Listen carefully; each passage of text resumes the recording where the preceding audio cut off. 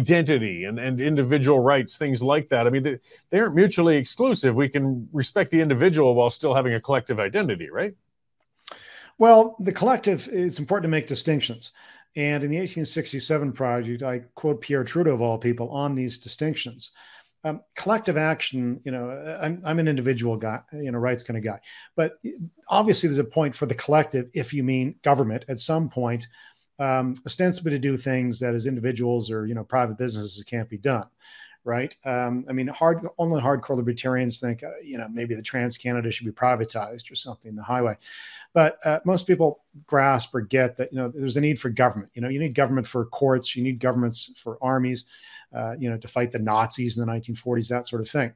But the point is the collective exists for that, but they have to treat us all equally. The government has to treat us all equally as individuals. That's the beauty of 500 years of Enlightenment thought, and especially in the Anglosphere, where we said the individual is worth something, treat the individual equally, morally equal, which means what?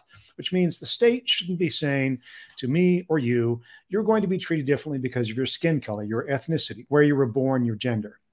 Now, it took a long time to get there, probably till the 1950s and 1960s, really, in parts of the world, or at least in the Western world, rather, especially in the United States. Canada got there before that. But we got there, and it's crystallized in Martin Luther King's famous 1963 speech that he wanted to see a world, in the case of his country, where his children would be judged on the content of their character, not the color of their skin. It took a long time to get there. We have reversed, and we shouldn't have. So people are being treated as something other than individuals in law and policy. But that's a long way of saying, yeah, look, the collective exists. That's government in essence.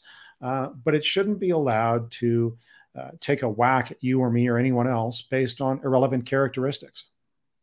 Yeah, well, and a totally different philosophy. I mean, aside from the name Trudeau, and I guess the amount of loathing Western Canada has for him, Justin Trudeau is quite different from his father. I mean, Pierre Trudeau, among his many flaws or whatnot, though, he's still a classic liberal in a number of ways, like things such as getting government out of the bedrooms of the nation. That was, I think, some fine work on his part. I mean, to give a little credit where due, and I don't give a lot to Trudeau's, but that was important. That was recognized. These are adults. These are individuals. Their rights are paramount, and it's not our place to regulate that. Whereas Justin Trudeau seems to be getting increasingly intrusive into the lives of individuals and telling us how we're supposed to live. Right. Look, Pierre Trudeau was wrong in many things. And, to be fair to the historical record, he probably introduced a little bit of, collective, group rights type thinking, in part in the Constitution because of the affirmative action clause, or, the equity clause, as people call it. I call it the racial and, gender discrimination clause. But, Pierre Trudeau at least would argue he was consistent when it came to Quebec and ethnic collective rights, right? That the French could discriminate against the English. And it's why he was such a fervent oppositional figure, to Quebec ethno-nationalism. But you're right. Justin Trudeau has almost none of that, as far as I can tell. He really believes that Canada is some sort of weird post-national state where you don't have any core convictions. And also that it's the government's role to discriminate against people based on the fact that, if you measure different groups, they have different outcomes. But that's silly. The best performing cohorts in Canada are, usually from East Asia, or if you're, of Indian extraction, your ancestors, and I mean, as in, India, not indigenous. And there are reasons for that: higher education levels, career choices, that sort of thing. You have different outcomes between different groups because different choices, different educational levels, different geography, different histories. Very little of it has to do with racism these days, but Justin Trudeau wants to micromanage outcomes to make us all equal, so to speak. That's silly. As the famous American economist Thomas Sowell once said, the same people in a family, brothers and sisters who grow up, will have vastly different outcomes, even though they have the same environment. You can't always blame different outcomes on racism, but that's what's driving a lot of this these days. And again, Justin Trudeau, unlike his father, Pierre Trudeau, understood that it's very dangerous to give collectives power. So you give a collective power based on its religion or language or ethnicity to lord it over another collective. Again, the best example in Canada is what French ethno-nationalists do to minorities, including the English. Well, that's dangerous. It's a liberal, but it's also dangerous because people eventually clash over such things. Well, it's it. And when we talk about, I guess, just, I mean, unity, it's a term we hear a lot all the time, but we seem to be, I think, I see more signs of regionalism and regional division, and even division within the regions now that identity politics are really sinking in. The country is actually more fractured than ever, rather than working in a common direction. It is. Maybe provincial divisions have always been there, right? The West, Quebec, Atlantic Canada. I grew up in British Columbia. When the Charlottetown Accord was on, that referendum in 1992, I can tell you most British Columbians, even more than Albertans, voted against it because they didn't like the idea of Quebec having special status, which it's got it's got all but a name now. So the divisions, I think, have been there, but they've exacerbated. And now the federal government and others have brought in divisions based on color, based on ethnicity, based on gender. This is the wrong direction to go. What's a more positive way to think about Canada on Canada, or what's a better way to go? Well, it's the old-fashioned, what is known as classical liberal, but today might be considered small c conservative ideas. That you celebrate people based on who they are as an individual. You don't discriminate against someone based on irrelevant characteristics. And what that means is you celebrate the good ideas out there. The rights of the individual. I mean, classical liberalism that came from John Stuart Mill, Mary Wollstonecraft, and the rights of women can be adopted by anyone. These days, we see it in Hong Kong. When Hong Kongers protest against Beijing and the crackdowns in Hong Kong over the last several years, you would often see them raising the British flag. Why? They understood that the British inheritance, for example, is about the rights of the individual, about capitalism, about the rule of law. These are ideas, and they're good ideas. Anybody can unite around those, and we should. There's bad ideas that people can unite around, and they have in history. There's bad ways to unite, and it's only my religion or my skin color or what have you, and that's rife throughout history, which is why we shouldn't repeat it. But for sure, Canadians can and should unite around laudable ideas that various founders had a glimpse of and pushed to some degree. But certainly in the 20th century, starting in the 1950s, Canadians were supposed to be united around the idea of the equality of the individual and other beneficial aspects of a modern nation state, capitalism and the rest of it. That's what we should actually unite around these days. Great ideas, not identities. Well, yeah, and we seem to have some I guess, culture wars going on in Canada. I mean, we've seen some of that just recently in Calgary.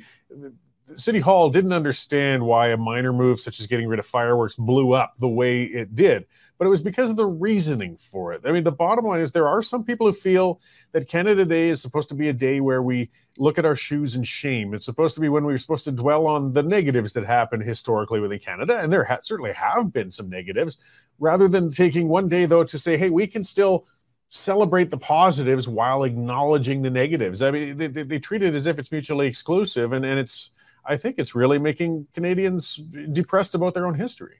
Well, that's one of the things we tried to approach in the 1867 project, right? The new book that I and 19 other people wrote. We tried to give people a sense of Canadian history with nuance, with balance, with informed history, and also to kind of change the way some people view Canadian history. I think the majority of Canadians think we should feel proud of Canada. They may not, and they're not part of the minority of the chattering classes that thinks we should cancel Canada. So I think most Canadians get that we should celebrate or cherish Canada. They may not fully conceptually have worked out why, or why those who want to cancel Canada are completely in the wrong. And so what we try and do in the 1867 project is make people think about Canada. And the best analogy I can give you, Corey, is Canada and other civilizations are like oak trees, right? They take time to grow, to build. They're not perfect. In history, you've seen the analogy would be diseased limbs. Women didn't have the right to vote. Indigenous folk were denied the right to vote in the late 1800s by Parliament, finally given it in 1960 under John Diefenbaker. That Parliament. Those were, the bad policies were diseased limbs that were right to be pruned. But that doesn't mean the project was a bad idea, that the oak tree, which shelters people, is a bad idea. Canada, as an oak tree, has sheltered tens of millions of people over the decades. Unlike, say, Chairman Mao's China in 1960 in the Cultural Revolution. While Canada is giving the vote rightly to Indigenous Canadians, Chairman Mao is persecuting his own people and causing mass starvation and famine because of his ideological Marxist beliefs. So it's not just that no nation is perfect. That's obvious, and no person is perfect. The key question is, are certain ideas preferable? When Hong Kongers celebrate the ideas of freedom, the rule of law, capitalism, what they're saying is we prefer these to what's north of the border in Beijing. And it doesn't matter if those ideas originated with John Stuart Mill and others in the 19th century in London. What matters is that they're a good idea and anybody can adopt them. You don't have to be, a white person to be an Indian and say capitalism is better than socialism. So you can take some of what the British left behind and leave what you don't like. And that's part of Canada. And that's why we should celebrate Canada. We got some great ideas. We've had some great ideas for a very long time. We abolished slavery before almost every other country on earth.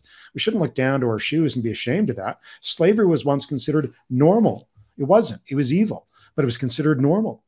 And Canada got rid of it almost before any other country on the planet. So rather than be ashamed of sort of Canada's past, it's like you have to ask the question, why did we break away from that faulty thinking on slavery? Well, there were reasons for that, which I won't go into now, but they matter. And that's why we should cherish Canada, not cancel it. So that's kind of, which is the subtitle of the 1867 project. Yeah, well, and so with what we've got going on out of Ottawa, though, and mixed signals almost coming from the Prime Minister, but some of that is, I mean, is it a matter of it being politically expedient for him to play these politics of division and identity, or has he really got actually some inherent core feelings, that mold his ideology that way? Because I mean, the first one perhaps can be changed if it's entrenched in him. He might continue like this for the rest of his term.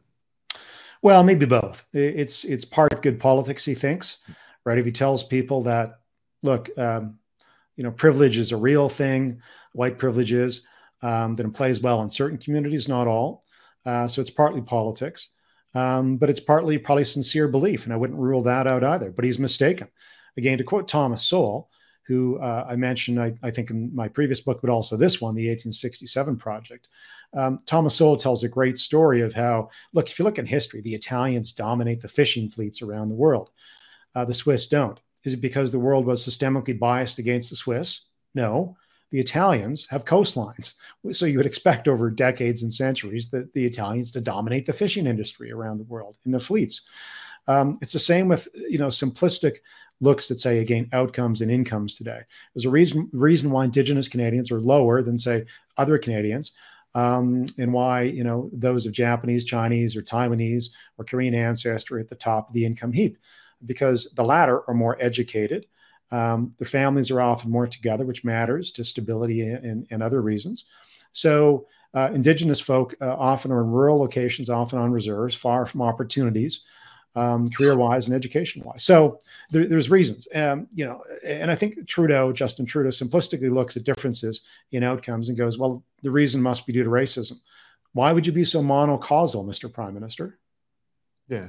I mean, there could be, as you said, a number of factors. I guess before closing out, I mean, it's a very interesting book, the 1867 Project, and you've got a number of our authors contributing towards that. So it's an anthology or collection of essays, I guess. Before I let you go, then, where can people find your book and get themselves a copy? The 1867 Project is available on Amazon. You can also check out AristotleFoundation.org. We've got some excerpts and videos there, but Amazon will have the 1867 Project. Great, and just with the Aristotle Foundation, so that's a think tank you're operating. It's a new think tank that I and others have set up. About 30 senior fellows, a great board of directors, and we've already been publishing some material, including the 1867 Project. But we set it up very simply to make people think. Well, we need more people thinking, that's for sure. There's never enough of that going on. Well, thank you very much for joining us again today, Mark. It's good to see you, and I appreciate your work with the book and the foundation. Is there anything you'd like to let the audience know before I let you go there? Sure. I think we need a return to reason, sensible democracy, and an old-fashioned word, civilization. And that's also what the Aristotle Foundation is about. So buy the book, check out the website, and I think you'll be intrigued by what you see. So thank you. Great. Excellent. So that was Mark Milkey with the 1867 project. He's been the author of a whole number of other books. I still remember going way back to Tax Me, I'm Canadian. I remember rushing out to grab that. I believe it was in the 90s. It was a great book when he was with the Taxpayers Federation. So check it out. There's always a lot of common sense coming from Mr. Milkey. So I'm sure we'll talk again soon, Mark. Thank you. You can become a Western Standard member for just $10 a month or $99 a year for unlimited access.